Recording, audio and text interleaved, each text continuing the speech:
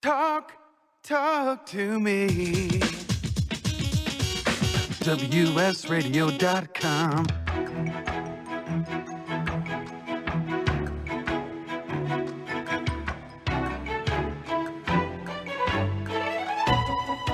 The San Diego Council on Literacy brings you Literacy for All with your host, Jose Cruz.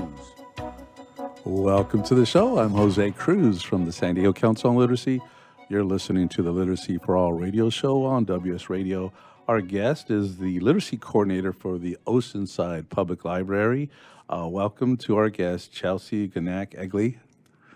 Thank you very much. Happy to be here. I'm so glad you're here and just interested in learning more about what you're doing in Oceanside, whether challenges are there, what your programs are, and just the whole idea, again, of libraries being engaged in provision of literacy services. Of course. Yeah, some places that doesn't happen. So first of all, tell us about yourself and how you came to be where you are now, because I think you've been doing this for about a year at this location. All right, tell us where you're from and all that. All right. Well, thank you for having me. I started at Oceanside Public Library in February of this year.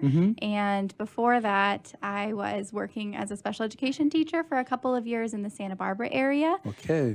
I did have some library experience before and after that. And when I decided to transition out of teaching in a public school setting, I wanted to mix my love of libraries with my love of education, and there's nothing better than literacy, so it was a pretty perfect pairing. There you go. What a transition, because so you're public education, but not just that, you're special ed. Yes. So how did that prepare you for the work, that experience? Was it high school, junior high? Both. Well, so I taught elementary, and then I also taught high school. So I taught students with moderate to severe disabilities, and that often means a smaller caseload, smaller classes. So I became very familiar with my students. I would have 10 to 12 students per year, and also with them 4 to 6 paraeducators who helped me. And I would say that it dually prepared me for this role because I became very comfortable with my students. I knew them, saw them in and out every day, and developed specific learning plans for them. And then with the paraeducators, I provided training and for them to then teach my students as well. So both of those helped me to. That sounds like what we do in literacy programs. Yes. And we call it, especially the one-to-one or small group, it's relationship-based learning. Yes. And you've said that word a few times already, so that, you worked with smaller groups, you got to know your students.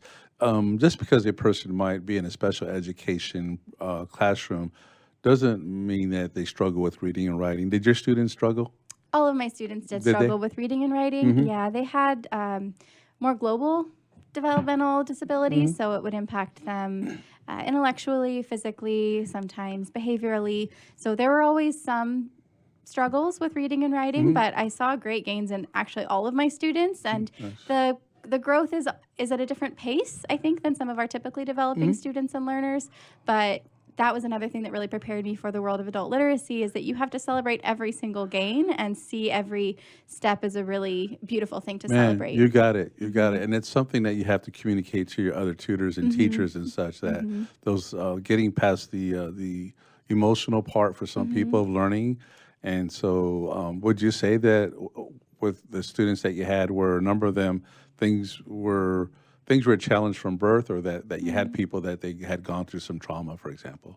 That's a really good question. Most of my students were born with their disability, and most of my students were born with their disability. There are some people in my learning center now who developed a brain injury.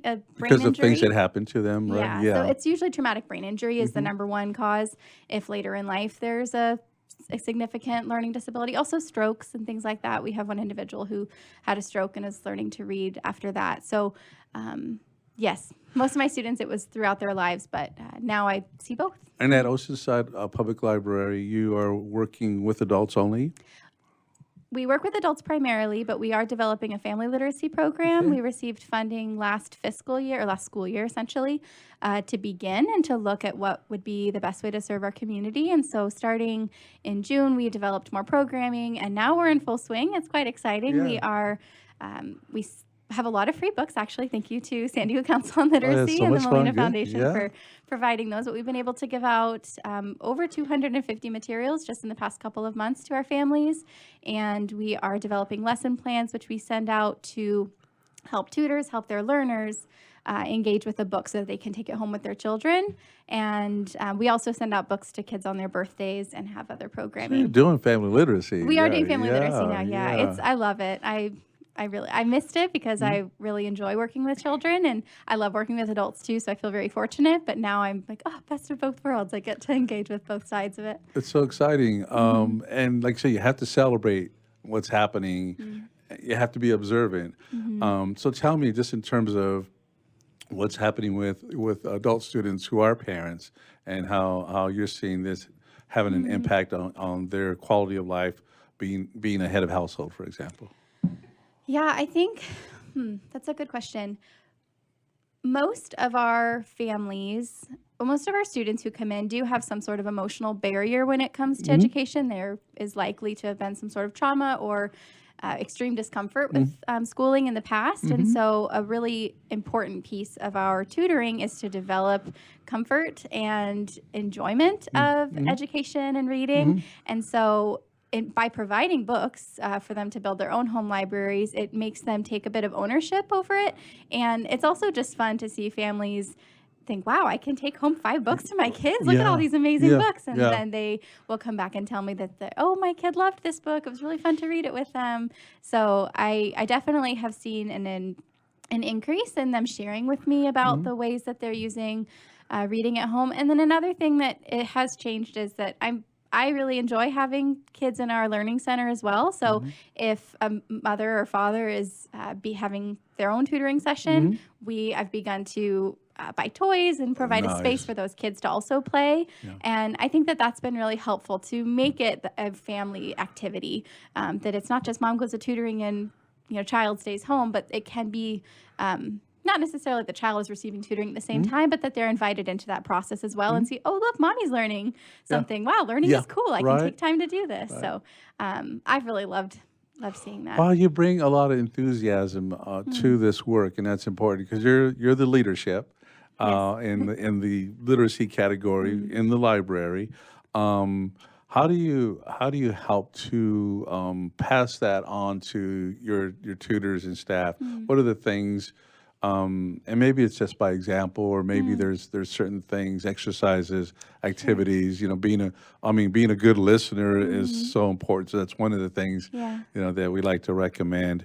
But I know that you have tutor training, and I know that the programs are relationship based, and then you have all kinds of folks coming in, walking, with talents, and maybe not, and maybe not in certain areas. So how do you help to pass that enthusiasm on, because it's vital, right? I think that's very true. It's incredibly vital because as a literacy program within a library context, our students don't receive a diploma at the end of our program, and it's oftentimes our program helps support them into their next step of their journey. So what you're saying is exactly right. We need to be an enthusiastic, welcoming, compassionate, grace-filled place so that people feel comfortable.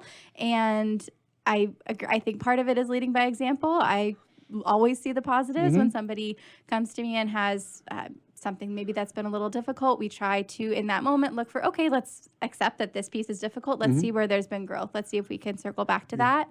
And I also do think it's really important to promote exercises of showing gratitude. And it's November. We have Thanksgiving coming up, and it is a great time to share with people why they're important to you. And so I actually brought this in so you can see it because you're here. I like that. It's nice. We have to see this flyer. I've been prompting people to write letters to people that they're grateful for. And so that is obviously a twofold purpose. One is writing and getting used to writing, but then the other piece of it, did you want to look at it? I do. Yeah. I'm sorry. That's okay. Beautifully done. Who did this for you? I did that. Oh, nice. Yeah, Okay. Canva's amazing. Okay. And so within that, it says, I'll just read it to you guys. Who are you thankful for? Write a letter and let them know. And then there's a guide for people to write. So, dear so-and-so, I'm thankful for you because you have been blank in my life, I hope, etc. So that has been really beautiful because people are writing letters and they're learning, and there's literacy based, but then we're also expressing our gratitude. And many people are actually very grateful for the reading program and have written letters to us. So that's been very beautiful. I like that you've done this. And just it's related, but a little bit off. But gratitude is so powerful. I mean, it really is. There's I want to remember the name of the writer, Wayne Dyer, who says, pretty much his thing is that you don't have to wait for abundance, you have it. And our issue is that we don't do enough to tune into our abundance. So here's a way to want to get people to write, but to tune into their abundance and be grateful for the things they have, because it can be a negative world if you let it. If you let it, that's that's the world that you created for people. So I really like that you've done this. I think that the topic is good. We're kind of winding down this segment, so but I do want to come back to this and also ask you if you're doing anything with the Writer for Writer, if you're familiar with that, I am. because that's what this reminds me of. Yes. But yes, a thank you letter this time of year. Maybe we should all be writing them, right? And just really remembering how great things are, because sometimes we let the stuff that's a challenge to us kind of take the star to be the headliner, and that's not a good thing. So I did this one year for Thanksgiving. Actually, we did the, all right, real quick.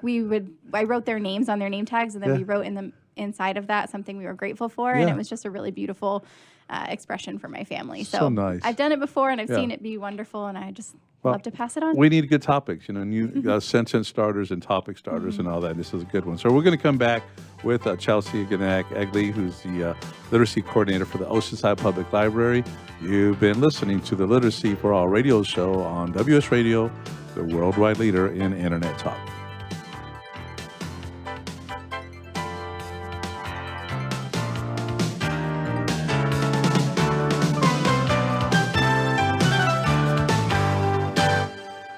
I've heard this is like one of the best pizza spots in town. Yes, it is. I'll do a slice of pepperoni, slice of vegetarian. You got it. And I will pay for all of that in 3 days. In 3 days?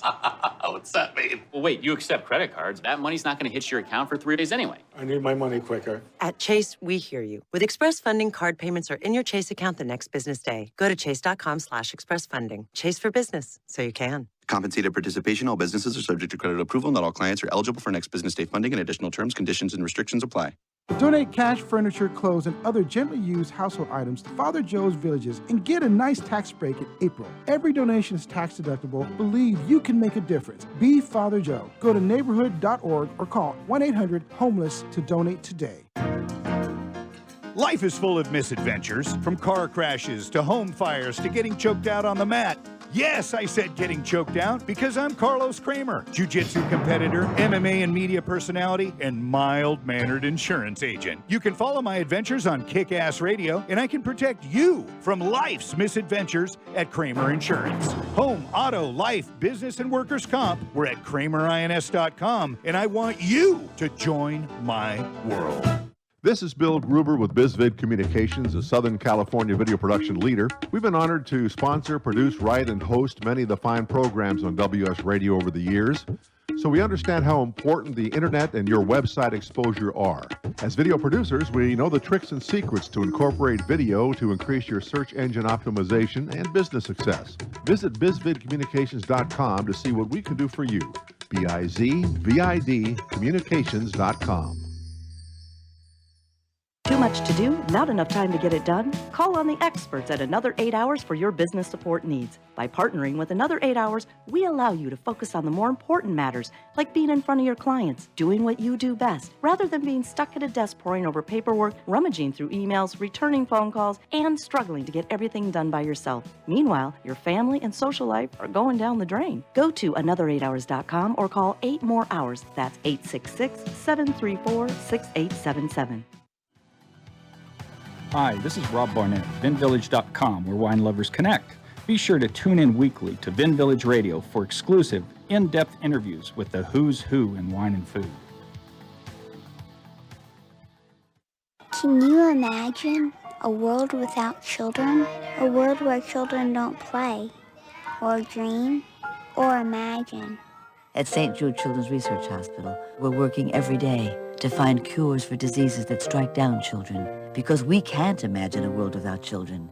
Can you? Finding cures, saving children. St. Jude Children's Research Hospital.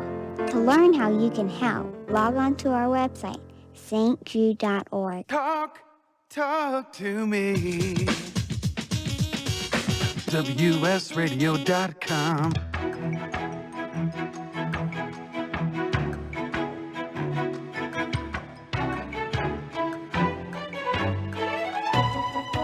The San Diego Council on Literacy brings you Literacy for All with your host, Jose Cruz.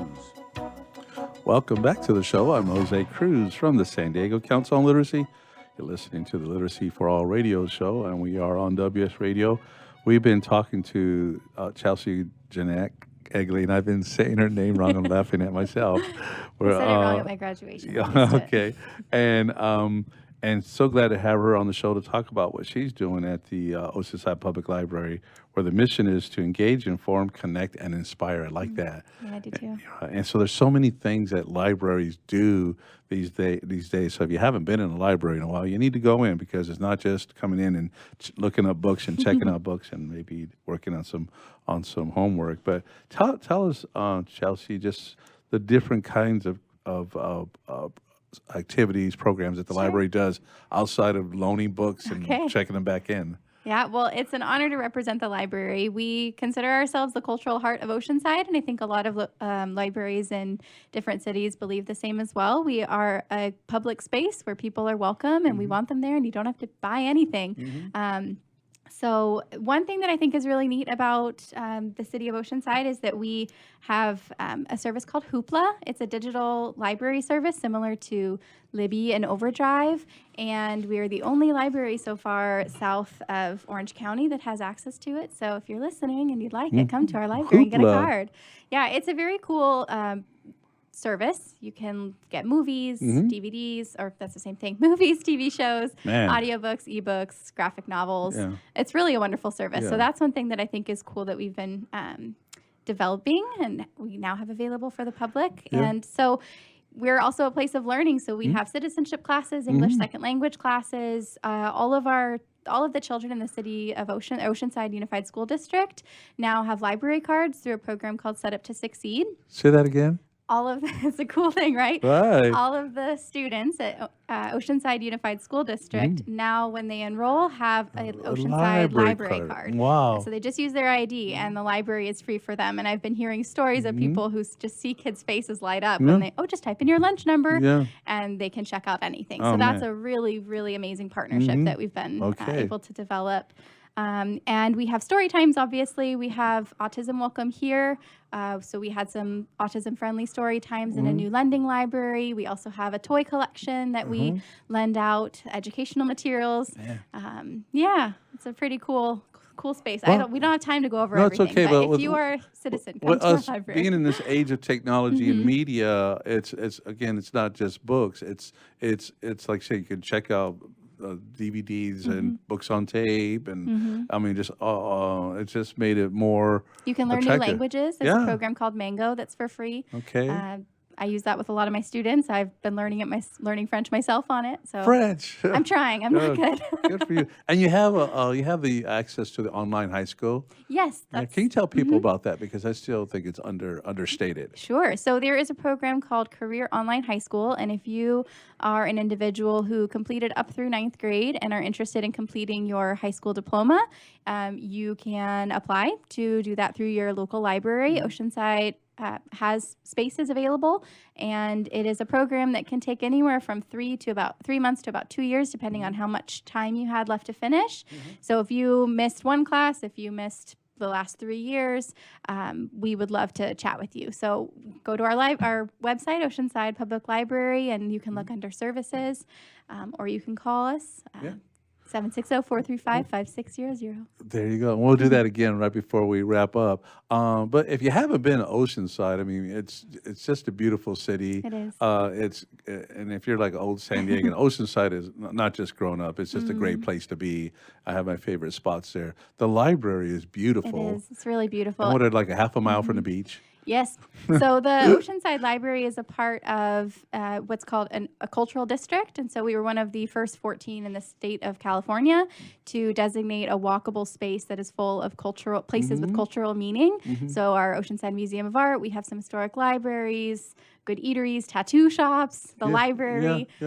So that's a pretty neat designation. I think it does really speak to the activity of the city of Oceanside. And the library was the heart behind that designation. Within the application process, our library division manager pursued that a couple of years ago and was able to secure it. So it's just a really neat thing that we're able to represent our city well, and that the library gets to be a part of that, and we get to reach a very diverse audience and support them in all kinds of ways. You have a theater nearby there too, We don't do. you? We have two, the Star and the Brooks Theater. Oh my God, right? Live performances and all that. We have a film festival that I think is in February. Okay. And you still have the farmers market out We there. do, that's on Thursdays. And we have a night market. So in the morning on Thursdays, you can come get all your fresh veggies. And then in the evening, you can come and get amazing food. Oh my goodness, they have such amazing array of food. So they're cooking out at the farmers market? Yes. Is that okay, well, I need to make that drive. Yeah, it's definitely worth it. The Thursday night market is amazing. They have these bao sandwiches at a certain place. Yes, I love those. Yeah. Oh my gosh, they're amazing. Yeah. So. Yeah. Well, things are happening in Oceanside and at the Oceanside Public Library. And I know we're here to talk about literacy and literacy programming and such, and that the family literacy program is kind of evolving and emerging, and so glad to hear that too. Can you you did talk to us about your write a letter, what do you call Gratitude. it? Okay, but it's not a campaign, it's just something you're doing for the holidays. It's seasonal. Yeah. Are you also involved in the Writer to Writer program? Is that something that you've done or going to do? And tell people what that is, because you know what it is. I do. Okay. So Writer to Writer is a program that encourages learners at different literacy centers around, and originally just Southern California, but now it's expanded to all of California. And the idea is to think of a book that was meaningful to them and to write a letter to that author. So that could be, and the author may or may not be alive, and that letter then goes to a committee, and there's a celebration in March where we honor some of these letters. But the purpose and the heart behind that is to engage our learners in writing exercises and a self-expression and sharing why is reading important. So, we do have some people that have chosen to submitted some things. Well, you know, and I've seen some of the letters, and here are our literacy students. You think, well, they're reading a second, third, fourth grade level. They're accessing classic works. Yes, very much so. So I don't know when John Steinbeck passed away, but he's gotten a few letters. He's gotten a lot of letters. So people who are reading, for example. And something that I think is really neat about literacy programs is that we do work with people at their earliest level of reading, who maybe are reading at a pre-K level, but we also help people who are reading, they've gotten by in life. They have a high school diploma, but maybe their reading is around a 6th grade reading level, and they want to pursue college in a better way. So there's really quite an array of people that we work with. Man, so many good things happening. I was just looking at your vision statement, and you kind of said it in your own way. This is for the Oceanside Public Library, being the cultural heart of Oceanside, empowering the community by promoting literacy, information access, civic engagement, cultural inclusiveness, and openness to new ideas. Every community needs that, and so proud of the folks in the city of Oceanside and the folks at the library, and you for the work that you're doing. Thank you. Are you having fun? I am, yes. It's really quite fun. My first radio interview ever. Real good, real good. That too, and just doing the work that you're doing, it makes a world of difference. So I love my job. I'm so grateful. I have amazing coworkers. I think the city of Oceanside's in an amazing spot. I grew up there, so it's also really beautiful to be back in a context where I'm helping my city grow. And I love what I do. So wonderful. And I spent some time on that pier, and I really like it there. It's beautiful. Get out there. Ruby's at the pier, man. Yeah, I've been Those there too. Those milkshakes. Yeah, so get on out there and see what they're doing at the Oceanside Public Library. We're going to sign off in just a few. This is our last show, actually, before Thanksgiving. Okay. And so your writing concept, the theme for the writing opportunity. I don't even know what to call it for your students is quite appropriate. So anyway, we've been talking. Oh, how to get in touch with you? OceansidePublicLibrary.com and just under literacy services, 760-435-5680. Very good. Nicely done, Chelsea. You've been listening to the Literacy for All radio show on WS Radio, the worldwide leader in Internet talk.